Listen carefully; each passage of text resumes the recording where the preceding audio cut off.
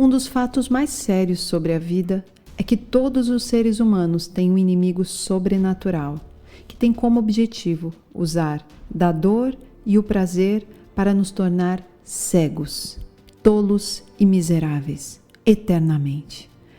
A Bíblia identifica-o como o grande dragão, a antiga serpente, que se chama Diabo e Satanás, o sedutor, o príncipe deste mundo e o Deus deste século. Neste vídeo falaremos sobre algumas estratégias que Satanás usa contra a sua vida. Fala galera, primeiramente seja muito bem-vindo por aqui. Eu me chamo Mari Garcia e se você ainda não está inscrito neste canal, este é o momento que você pode se inscrever, ativar o sininho para que o YouTube te avise toda vez que eu estiver postando vídeo novo por aqui. Então, se você se interessa por este assunto, já deixa o seu like aí para mais pessoas conhecerem sobre este vídeo e vem comigo nessa jornada.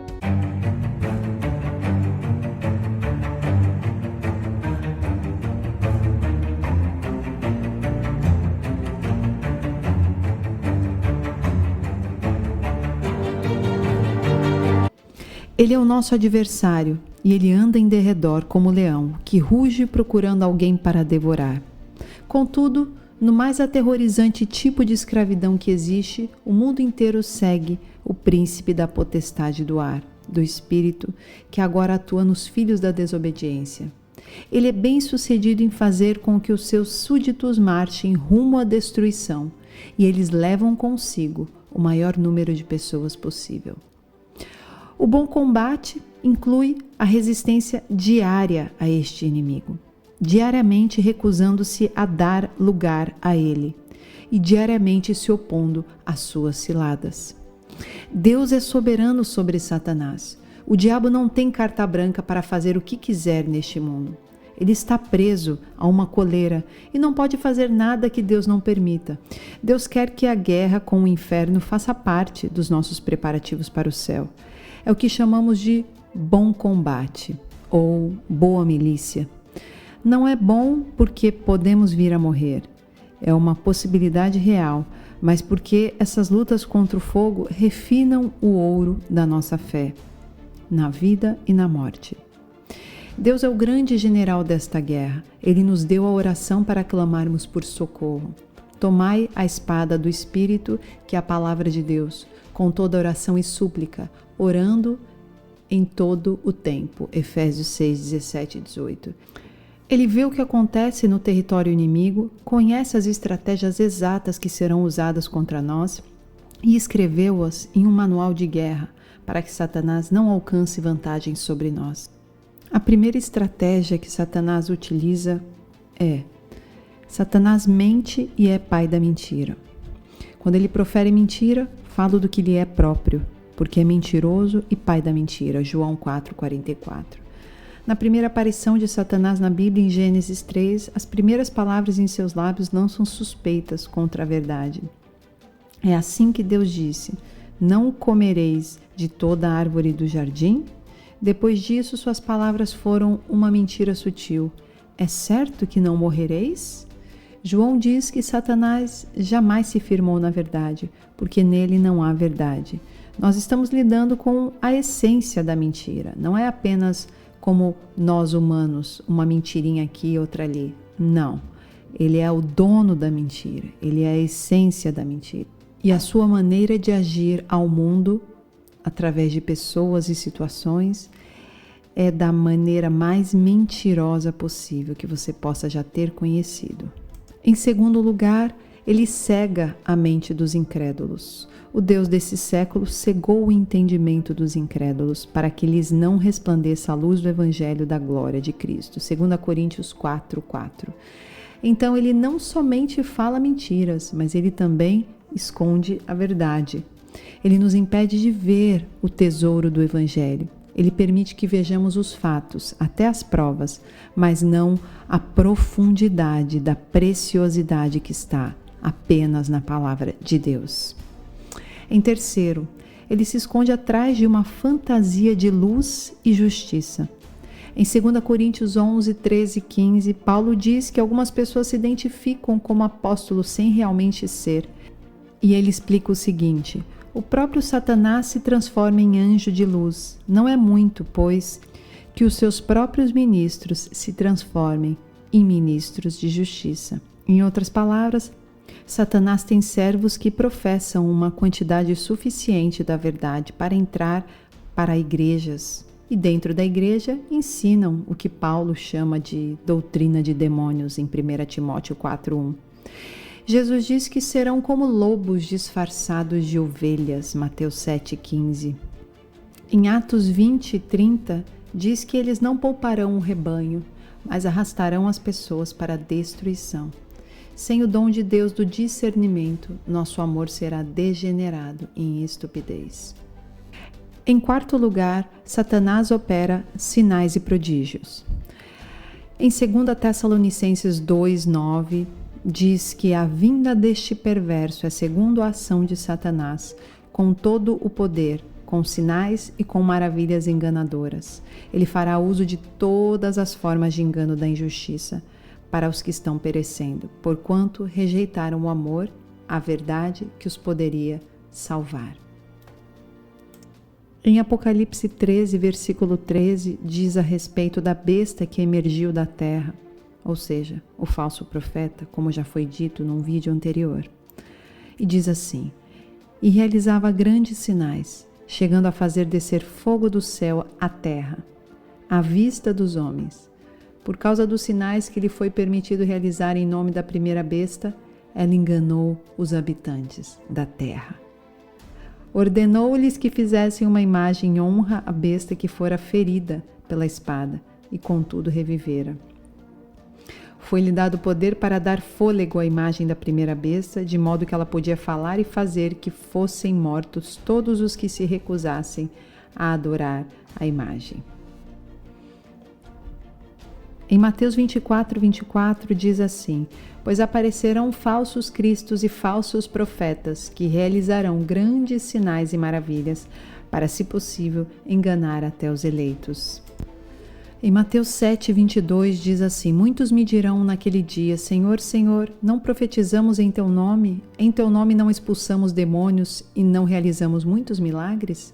Então eu lhes direi claramente: nunca os conheci.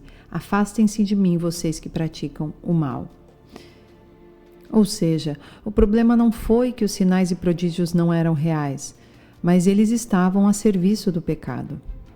Em quinto lugar, Satanás tenta as pessoas a pecar.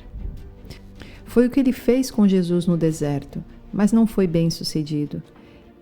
Ele queria que Jesus abandonasse o caminho do sofrimento e da obediência. Foi o que ele fez também com Judas, mas dessa vez foi bem sucedido, nas últimas horas de vida de Jesus. Em 2 Coríntios 11:3, Paulo alertou todos os crentes sobre essa possibilidade. Mas receio que, assim como a serpente enganou a Eva com a sua astúcia, assim também seja corrompida a vossa mente e se aparte da simplicidade e pureza devidas a Cristo. Sabemos que dia a dia temos muitos pecados ao nosso redor. Cada pessoa tem uma fraqueza. Cada fraqueza precisa ser tratada de diferente forma. Portanto, se você sabe que tem uma fraqueza ou algo que ainda não está tão bem tratado, afaste-se dela. Mantenha uma distância maior do que o normal. E dessa forma, o tempo com Deus te ajudará a se fortalecer. Quando você se sentir fortalecido, aí sim você pode estar mais próximo daquele local ou daquela situação que te fazia tanto pecar. Em sexto lugar, Satanás tira a palavra de Deus dos corações das pessoas e sufocam a fé. Jesus contou a parábola dos 4 solos em Marcos 4. Nessa parábola, a palavra de Deus é semeada. Em uma parte, caiu à beira do caminho e vieram as aves e comeram. Ele explica no verso 15, logo vem Satanás e tira a palavra semeada neles. Satanás rouba a palavra porque ele odeia a fé que a palavra produz. Romanos 10:17. Paulo expressou sua preocupação com a fé dos Tessalonicenses da seguinte maneira: por essa razão, não suportando mais, enviei Timóteo para saber a respeito da fé que vocês têm, a fim de que o tentador não o seduzisse, tornando inútil o nosso esforço. 1 Tessalonicenses 3, versículo 5. Paulo sabia que o objetivo de Satanás era sufocar a fé das pessoas que tinham ouvido a palavra de Deus. Não basta apenas ouvir, não basta apenas colocar em prática, precisamos perseverar dia após dia, ouvindo e colocando em prática, e não deixando que Satanás venha nos sufocar no dia a dia das tribulações da vida. Em 7º lugar, Satanás causa algumas doenças e enfermidades. Certa vez, Jesus curou uma mulher que andava encurvada e não conseguia endireitar-se. Quando alguns criticavam Jesus por curar no sábado, ele respondeu: por que motivo não se devia livrar deste cativeiro em dias de sábado?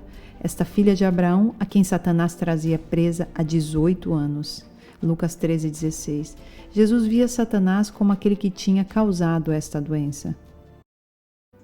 Em Atos 10:38, Pedro descreveu Jesus como aquele que andou por toda parte, fazendo bem e curando a todos os oprimidos do diabo.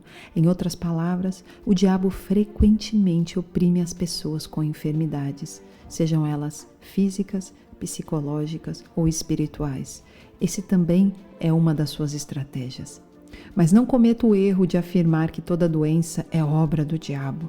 Certamente, até quando Deus prepara um espinho na carne para nos santificar, é possível que também seja o mensageiro de Satanás, 2 Coríntios 12:7. Mas há outras situações em que a doença é inteiramente atribuída a Deus, sem qualquer referência a Satanás. Respondeu Jesus: nem ele pecou, nem seus pais, mas foi para que se manifestasse nele as obras de Deus. João 9:3. Jesus não teve nenhuma necessidade de mencionar Satanás como um participante de seus misericordiosos propósitos. Então, precisamos saber discernir aquilo que vem de Deus e aquilo que possa vir da obra de Satanás. E também aquilo que vem de nós mesmos, de maus cuidados com o nosso corpo, com nossa saúde, com nossa alimentação, com a nossa vida física, mental e espiritual. Em 8º lugar, Satanás é um assassino. Jesus disse para aqueles que planejavam matá-lo, em João 8, versículo 44, vós pertencem ao pai de vocês, o diabo, e querem realizar o desejo dele. Ele foi homicida desde o princípio e não se apegou à verdade, pois não há verdade nele. Quando mente, fala a própria língua, pois é mentiroso e pai da mentira. Em 1 João 3, versículo 12 diz assim: não sejamos como Caim, que pertencia ao maligno e matou seu irmão. E por que o matou? Porque suas obras eram más e as do seu irmão eram justas. Em Apocalipse 2, versículo 10, João diz assim para a igreja de Esmirna: não tenha medo do que você está prestes a sofrer. O diabo lançará algum de vocês na prisão para prová-los, e vocês sofrerão perseguição durante 10 dias. Seja fiel até a morte, e eu lhe darei a coroa da vida. Satanás é sanguinário. Cristo veio ao mundo para que tivéssemos vida em abundância, João 10:10. Satanás vem apenas para destruir o máximo de vidas que ele puder e torná-las eternamente miseráveis. Em 9º lugar, Satanás luta contra os planos dos missionários. Paulo explica como seus planos missionários foram frustrados. Nós, porém, irmãos, privados da companhia de vocês por breve tempo em pessoa, mas não no coração, esforçamo-nos ainda mais para vê-los pessoalmente pela saudade que temos de vocês. Quisemos visitá-los. Eu mesmo, Paulo, o quis, e não apenas uma vez, mas 2. Satanás, porém, nos impediu. Satanás odeia o evangelismo e o discipulado, e ele se esforça para colocar o máximo de obstáculos possíveis no caminho destes missionários e daqueles que têm o zelo pelo evangelismo. Isso com o intuito, óbvio, de bloquear a palavra de Deus e a disseminação dela.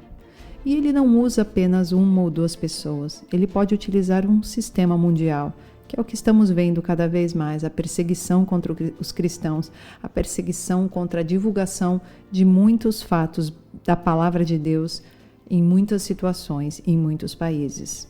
Isso só tende a piorar, porque faz parte também de um dos sinais ditos por Jesus em Mateus 24, relacionados à volta dele. Em 10º lugar, Satanás acusa os cristãos diante de Deus. Apocalipse 12:10 diz: Então ouvi grande voz do céu proclamando: Agora veio a salvação, o poder, o reino do nosso Deus e a autoridade do seu Cristo, pois foi expulso o acusador de nossos irmãos, o mesmo que os acusa de dia e de noite diante do nosso Deus. A derrota de Satanás é certa, mas as suas acusações não cessaram. Acontece conosco o mesmo que aconteceu com Jó. Satanás fala com Deus contra nós. Eles não te amam de verdade, eles amam os seus benefícios. Estende, porém, a mão e toca-lhes em tudo quanto tem, e verás se não blasfema contra ti na tua face. Jó 1:11. A fé deles não é real. Satanás nos acusa diante de Deus como ele fez com Jó. Mas é uma coisa gloriosa que os seguidores de Jesus têm um advogado que vive sempre para interceder por eles. Tiago diz: Resisti ao diabo e ele fugirá de vós. Como poderemos fazer isso? Em Apocalipse 12:11 foi da seguinte maneira: Eles, pois, o venceram por causa do sangue do Cordeiro e por causa da palavra do testemunho que deram, e mesmo em face da morte, não amaram a própria vida. Eles abraçaram o triunfo de Cristo através de seu sangue. Eles proclamaram essa verdade pela fé. Eles não temeram a morte e eles triunfaram.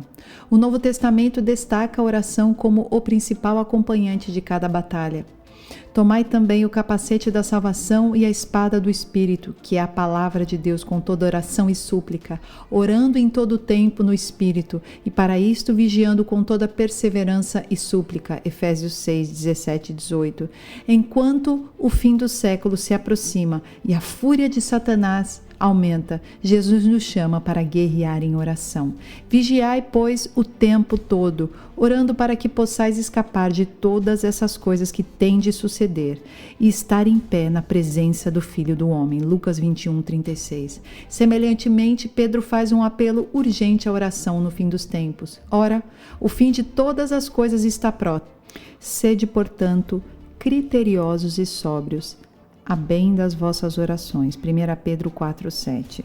Até Jesus usou a arma da oração para lutar por nós contra o diabo. Ele disse a Pedro em Lucas 22: Simão, Simão, eis que Satanás vos reclamou para vos peneirar como trigo. Eu, porém, roguei por ti para que a tua fé não desfaleça. Então, Jesus se opõe a uma ameaça satânica específica através da oração, e isso serve de exemplo para nós. E é claro, Jesus nos instruiu a fazer da oração uma arma diária para a proteção de forma geral. E não nos deixei cair em tentação, mas livrai-nos do mal. Mateus 6:13. Isto é, livra-nos da tentação bem-sucedida do maligno. A questão não é se você quer participar desta guerra. Todo mundo vai participar.